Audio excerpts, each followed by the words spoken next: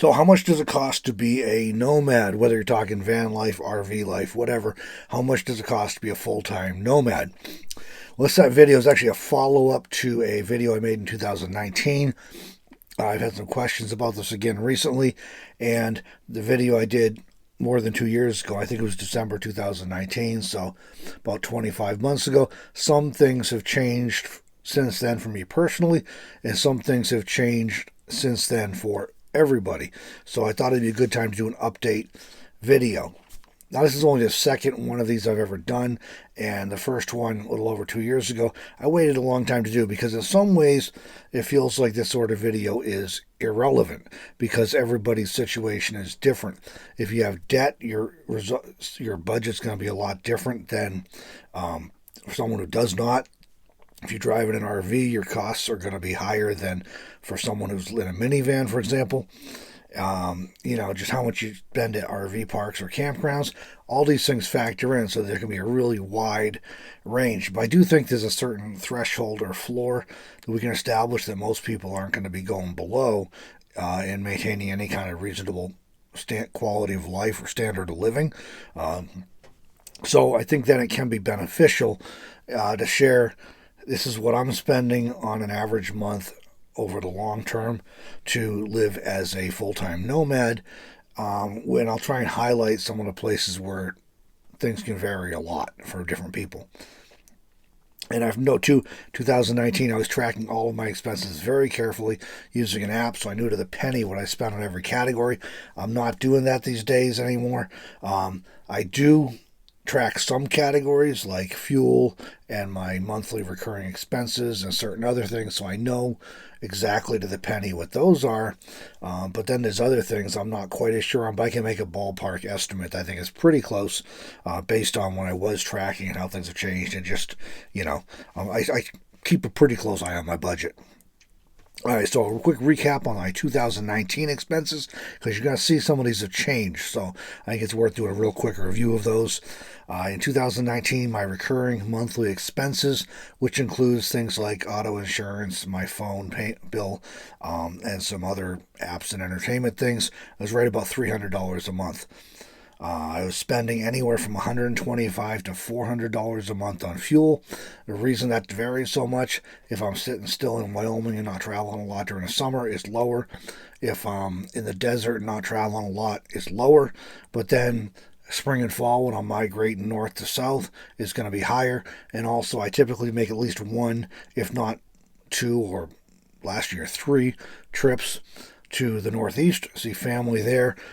So that can, obviously those are quite a bit more expensive. So it goes up and down a bit. My average was between $125 and $400. Food costs, my average was right around $300 a month in 2019. I was spending $10 a month on water. I think that's probably maybe a little higher now with the RV. I think I use a little more water than I did. Ice, I was spending $20 to $30 a month. And that was because I didn't have a refrigerator, so I was using a cooler, and that was $20 to $30 a month. Vehicle maintenance in 2019 averaged $125 per month. I note on that I do a lot of my own. I'm driving an older vehicle but decent condition, and I do a lot of my own maintenance whenever possible, so that keeps those costs down a lot. So my breakdown at the end then was my minimum monthly costs, being very frugal, was $750 to $800 a month. That is not sustainable long term because sooner or later something's going to happen, like a vehicle breakdown or whatever. So you have to be able to account for that. And at the time, I said late 2019, I said my personal safe budget was $1,500 a month because that gave me some margin to do a little bit extra, but also allowed me to save money for some of those irregular expenses like a vehicle repair or replacement. So jumping forward to 2022 now, and it's only January, the end of January, so it's possible that some of these things will change over the year. But as of right now, in January 2022, this is what my monthly expenses look like and have been for recent months. This does not count my business expenses. I have a small business, and those expenses I track separately because they come out of the business account, and what's left over after I make what I can make, and then I pay my business expenses is what I have to live on. So it's not really helpful to include business expenses in this breakdown. So my recurring monthly expenses are actually down from 2 years ago.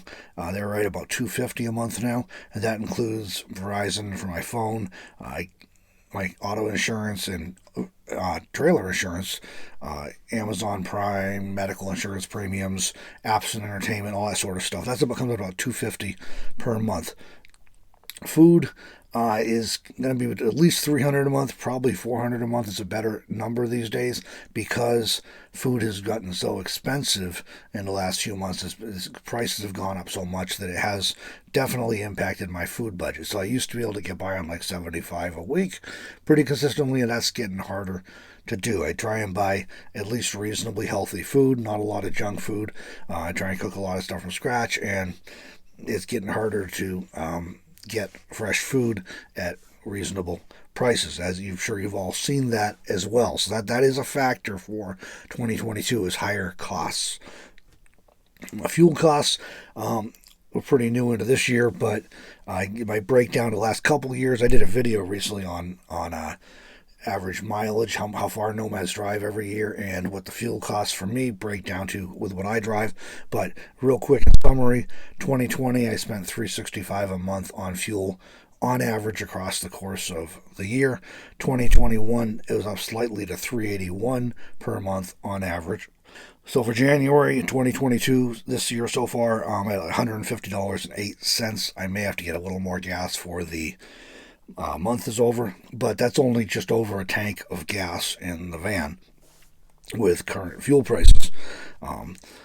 So my expectation, if I stay around 20 or 25,000 miles this year like I have in recent years, if I don't tow the trailer too much and fuel prices stay about the same, I'm guessing that means $350 to $450 a month for fuel costs, which is getting pretty ridiculous.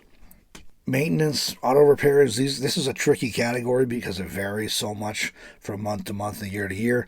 You may have a long period where you have only few repairs and they're minor, and then you have a major repair and it drives the price way up, skews your averages. But 2020 I was at $55 a month on average. 2021 I was about $100 a month on average, and that's in 2019 I think I mentioned before it's like $125 a month. So 2020 was a good year for that, but again, that does involve that's driving vehicles that are fairly reliable and doing as much of the work and much of maintenance and repairs myself as I can to keep costs down, and it assumes no major breakdowns. A few years back we had to put a transmission in the Toyota Echo I had at the time, and that was a pretty expensive bill. But if you run into a transmission or an engine, obviously you're going to drive it way up, especially since most of us are not going to be doing that ourselves. Guessing $100, $150 a month. I try and set money aside to make sure that when something does come up, I can cover it and take care of it, because if it's a pain in the butt when your car breaks down when you live in a house, and it is, it's a crisis when you're a nomad and you live in your vehicle and travel in your vehicle. You have to be able to get it fixed as quickly as possible. So it's really important to have something set aside for that so you can pay for it. Another category is rent. And I use that term broadly to cover RV park stays, campground fees, anything like that. 2021, I spent like $4,000 in rent and utilities. And that was because I was in an RV park in Wyoming for 6 months, so that accounted for the vast majority of that. But then I went down to Texas to a meetup and had to ended up staying for a week at an RV park in West Texas on the way to New Mexico. Then got to New Mexico and stayed 2 weeks in an RV park waiting for Deborah Dickinson's meetup at the City of Rocks State Park. So that pushed my numbers up. So it was like $4,000 for the year, which come out to $333 a month. I do not intend to do that again in 2022. That was a crazy amount of money. It will be less this year. So what that breaks down to then, what does it cost me to be a nomad? Basically, I'm figuring for 2022 with thanks to inflation, I'm looking at $1,000 to $1,533 per month, and that's up because of inflation and because of possible sometimes needing to pay to stay with the trailer. We'll see how that all works out. But so that leaves me with a safe budget of like $2,000 a month because things come up like vehicle repairs. So obviously I can reduce certain expenses if necessary. Fuel, you can reduce that by driving less, or I can just travel with a van and not the trailer. That almost doubles my fuel efficiency. I'm at 18 miles a gallon in the van when it's just the van, 10 miles a gallon with the trailer. So if I'm taking a trip, for example, I know in the spring I'm going out east, I will take just the van, and that'll save a lot of fuel over hauling the trailer. It'll cost basically half as much to make that trip then. But it also means that if I'm taking some trips in the summer to the mountains or something, I can take just the van and leave the trailer. And again, it makes my fuel costs pretty much half. So, and I can also just drive less and go fewer places, or try and coordinate things so that I do them all in one trip instead of making two trips. So that is something obviously I have control over. I can come in well below my 20 to 25,000 miles a year. I usually do if I need to keep my costs down because fuel is so expensive. Food, there is some wiggle room there. You can try and buy less expensive options, or buy things that are cheaper to cook. So there's some room there that can help shave that down. And then rent was a big expense for me last year because staying at RV parks and campgrounds. So I can do that less often, and that'll obviously get my costs down. And I'm actually have that in the works for this year. I should be needing to spend quite a bit less on rent than I did last year. There was a few reasons that came together last year. I needed to do that, and just is what it is. So in all likelihood, I will be trying to limit my mileage and rent costs in 2022 versus 2021, because I do not want to repeat as high as those costs were, especially with inflation and fuel costs going up even more, and staying pretty high. I don't want to be driving as much as I was.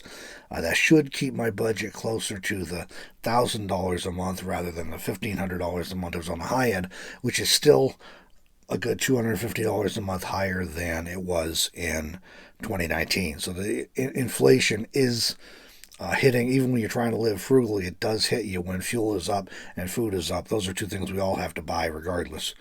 The cost of living has increased since 2019 for everybody. Food, transportation, the cost of vehicles, and the cost of fuel. Housing are all leading in categories for inflation in the last few months, and that's hitting everybody across the board in the country.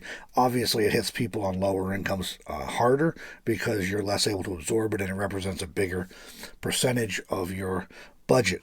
It's still much cheaper to live nomadically than it is to live in traditional housing. However, recently the cost of living nomadically has increased, and it has definitely increased since 2019. So again, some of these categories can vary widely for people. If you have debt, that's going to be a big difference. If you stay in RV parks and campgrounds a lot, that's going to be a big difference. If you're driving a rig that gets 8 or 10 miles a gallon versus a minivan that gets 25 miles a gallon, that's going to be a big difference when fuel prices are as high as they are. So there are areas here where it can vary. Like if you have specific medical needs that cost you a lot of money each month, that's going to be a factor. But I think hopefully this gives you an idea of what you might spend, and hopefully you can take my budget as far as what I'm looking at, what I was doing a couple years ago, what I'm at now, and you can tweak those numbers to better reflect your own situation and give yourself an idea of what it's going to cost you to live nomadically. So I hope this information was helpful. Please hit the thumbs up button if you enjoyed this video. Consider subscribing to the channel if you're not already, and we'll catch you in the next one.